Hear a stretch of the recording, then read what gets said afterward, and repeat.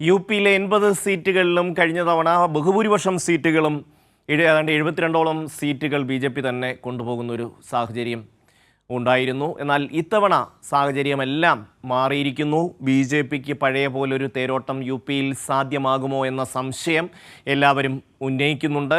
അതുമാത്രവുമല്ല, അങ്ങനെയൊരു തേരോട്ടം BJPക്ക് നടത്താൻ കഴിഞ്ഞാൽ തീർച്ചയായും BJPക്ക് അതൊരു വലിയ നേട്ടം തന്നെയായിരിക്കും. മറിച്ച് ഇന്ത്യ സഖ്യത്തിന്, SP കോൺഗ്രസ് സഖ്യത്തിന് യു പിയിൽ കാര്യമായ ഒരു 10-30 സീറ്റ് വരെയൊക്കെ നേടിയെടുക്കാൻ കഴിഞ്ഞാൽ അത് ദേശീയ രാഷ്ട്രീയത്തിൽ വലിയ മാറ്റത്തിന് കാരണമാകും.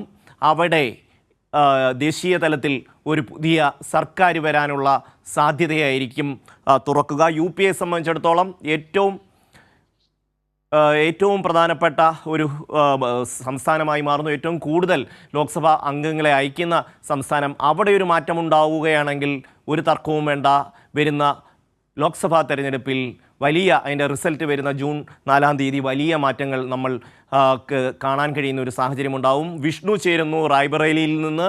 വിഷ്ണു, എങ്ങനെയാണ് അവിടുത്തെ ഒരു സാഹചര്യം? രാഹുൽ ഗാന്ധി മത്സരിക്കുന്നു, തൊട്ടുപുറത്ത് അമേഠിയിൽ KL ശർമ്മ മത്സരിക്കുന്നു. പ്രിയങ്ക ഗാന്ധി അവിടെ തന്നെ കേന്ദ്രീകരിച്ചുകൊണ്ടുള്ള പ്രവർത്തനങ്ങൾക്ക് നേതൃത്വം നൽകുന്നു. ഇന്നലെ സോണിയാഗാന്ധിയും രാഹുൽ ഗാന്ധിയും അതുപോലെ തന്നെ പ്രിയങ്ക ഗാന്ധിയും എല്ലാം അവിടെ എത്തിയിരുന്നു. എങ്ങനെയുണ്ട് അവിടുത്തെ ഒരു സാഹചര്യം?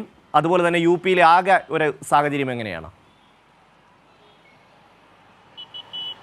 ഷമി, വളരെ ശക്തമായിട്ടൊരു പ്രചരണമാണ് ഇന്ത്യ മുന്നണിയുടെയും കോൺഗ്രസിൻ്റെ ഭാഗത്ത് അത് നമുക്ക് യു പിയിൽ കാണാൻ കഴിഞ്ഞത്. കഴിഞ്ഞ ദിവസങ്ങളിലെല്ലാം ഷമി പറഞ്ഞതുപോലെ പ്രിയങ്ക ഗാന്ധി ഈ റായ്ബറേലി, അമേഠി മണ്ഡലങ്ങൾ കേന്ദ്രീകരിച്ചുകൊണ്ടുള്ള ഒരു പ്രചരണമാണ് കാഴ്ചവെച്ചത്. എന്തായാലും ഈ ഒരു 5-ാം ഘട്ടത്തിലെ പ്രചരണം അവസാനിക്കുമ്പോൾ ഒരുപക്ഷെ ഏറ്റവും ശക്തമായിട്ടുള്ള ഒരു പോരാട്ടം നടക്കുന്ന ഒരു ഫേസ് കൂടിയാണ് 5-ാം ഘട്ടം. ഹിന്ദി ഹൃദയഭൂമി എന്ന് പറയപ്പെടുന്ന മേഖലയിലെ നിരവധി പ്രധാനപ്പെട്ട മണ്ഡലങ്ങൾ ഈ 5-ാം ഘട്ടത്തിലാണ് ഈ ഒരു ജനവിധിയിലേക്ക് എത്തുക. അതിൽ തന്നെ അമേഠി, റായ്ബറേലി, കൈസർഗഞ്ച്, ലക്നൗ ഉൾപ്പെടെയുള്ള മണ്ഡലങ്ങൾ ഉത്തർപ്രദേശിൽ നിന്ന് 5-ാം ഘട്ടത്തിലാണ് വിധിയെഴുതുന്നത്.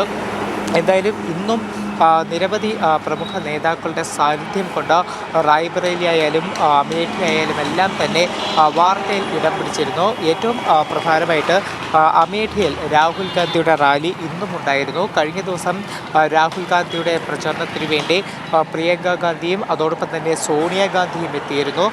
പിന്നീട് അമേഠിയിൽ കോൺഗ്രസിൻ്റെ സ്ഥാനാർത്ഥി KL ശർമ്മയ്ക്ക് വേണ്ടി ഇന്നലെ രാഹുൽ ഗാന്ധിയും അഖിലേഷ് യാദവും ഒരു പ്രചരണം നടത്തിയിരുന്നു. എന്തായാലും ഇന്ന് പ്രിയങ്ക ഗാന്ധിയാണ് തെരഞ്ഞെടുപ്പ് പ്രചരണത്തിൻ്റെ അവസാന ദിവസം അമേഠിയിൽ കോൺഗ്രസ് സ്ഥാനാർത്ഥി സ്മൃതി ഇറാനിക്കെതിരെ മത്സരിക്കുന്ന KL ശർമ്മയ്ക്ക് വേണ്ടി അവസാനവട്ട പ്രചരണത്തിനെത്തിയത്. അതോടൊപ്പം മറുഭാഗത്ത് സ്മൃതി ഇറാനിക്ക് വേണ്ടി അവസാന ഘട്ടത്തിൽ റോഡ് ഷോയ്ക്ക് വേണ്ടി അമിത്ഷായും ഇന്ന് ഈ ഒരു അമേഠി മണ്ഡലത്തിലേക്ക് എത്തിയിരുന്നു. എന്തായാലും ഞാൻ ഈ പറഞ്ഞതുപോലെ വളരെ ചൂടുപിടിച്ച പ്രചരണമാണ് നമുക്ക് ഉത്തർപ്രദേശിൽ 5-ാം ഘട്ടത്തിൽ കാണാൻ കഴിഞ്ഞത്. അതോടൊപ്പം തന്നെ പല മണ്ഡലങ്ങളിലും നമുക്ക് മാറ്റത്തിന് ചില സൂചനകൾ കൂടി ലഭിക്കുന്നുണ്ട്. ഇപ്പോൾ അമേഠിയുടെ കാര്യം എടുത്തുകൊണ്ട് നോക്കിക്കഴിഞ്ഞാൽ അവിടെ സ്മൃതി ഇറാനിക്കെതിരെ ഒരു ആൻറ്റി ഇൻകംബൻസി നമുക്ക് ഫീൽ ചെയ്യുന്ന ഒരു സാഹചര്യമുണ്ട്.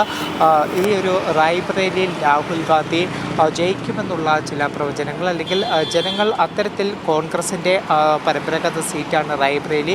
സോണിയാഗാന്ധി കഴിഞ്ഞ തവണ 1,60,000 വോട്ടിൻ്റെ ഭൂരിപക്ഷത്തിന് ജയിച്ചിരുന്നു. അപ്പോൾ ഇത്തവണ സോണിയാഗാന്ധി റായ്ബറേലിയിൽ നിന്ന് ഒഴിഞ്ഞെങ്കിലും പകരം രാഹുൽ ഗാന്ധി എത്തുമ്പോൾ രാഹുൽ ഗാന്ധി ജയിക്കുമെന്നുള്ളൊരു പ്രതീക്ഷ ഇവിടെ കോൺഗ്രസിനുണ്ട്. അതോടൊപ്പം അമേഠിയുടെ കാര്യം എടുത്തു കഴിഞ്ഞാൽ അമേഠിയിൽ KL ശർമ്മ രാഹുൽ ഗാന്ധിയെ ഒഴിഞ്ഞ സീറ്റാണെങ്കിൽ പോലും KL ശർമ്മ വർഷങ്ങളായി അമേഠിയുമായി ബന്ധമുള്ള നേതാവാണ്.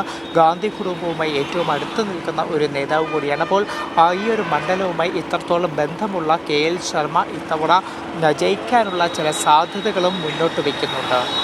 ഷമി, തീർച്ചയായും വിഷ്ണു, യു പിയിലെ തെരഞ്ഞെടുപ്പ് ഫലം രാജ്യത്തിൻ്റെ തന്നെ തെരഞ്ഞെടുപ്പ് ഫലമായി മാറുന്ന ഒരു സാഹചര്യമാണ് മുൻകാല തെരഞ്ഞെടുപ്പുകളിലെല്ലാം ഉണ്ടായിരുന്നത്. ഇത്തവണയും അതിന് കാര്യമായ മാറ്റം ഉണ്ടാകും എന്ന് പ്രതീക്ഷിക്കാൻ വയ്യ. BJPക്ക് മുൻതൂക്കമുണ്ടെങ്കിൽ തീർച്ചയായും അത് അവരെ സംബന്ധിച്ചിടത്തോളം വലിയ നേട്ടം തന്നെയായിരിക്കും. അതല്ല, ഇന്ത്യ സഖ്യത്തിന് ഒരു 30 മുതൽ 40 സീറ്റെങ്കിലും അവിടെ നേടാൻ കഴിഞ്ഞാൽ ഇന്ത്യൻ രാഷ്ട്രീയത്തിൽ അത് വലിയ മാറ്റം കൊണ്ടുവരും.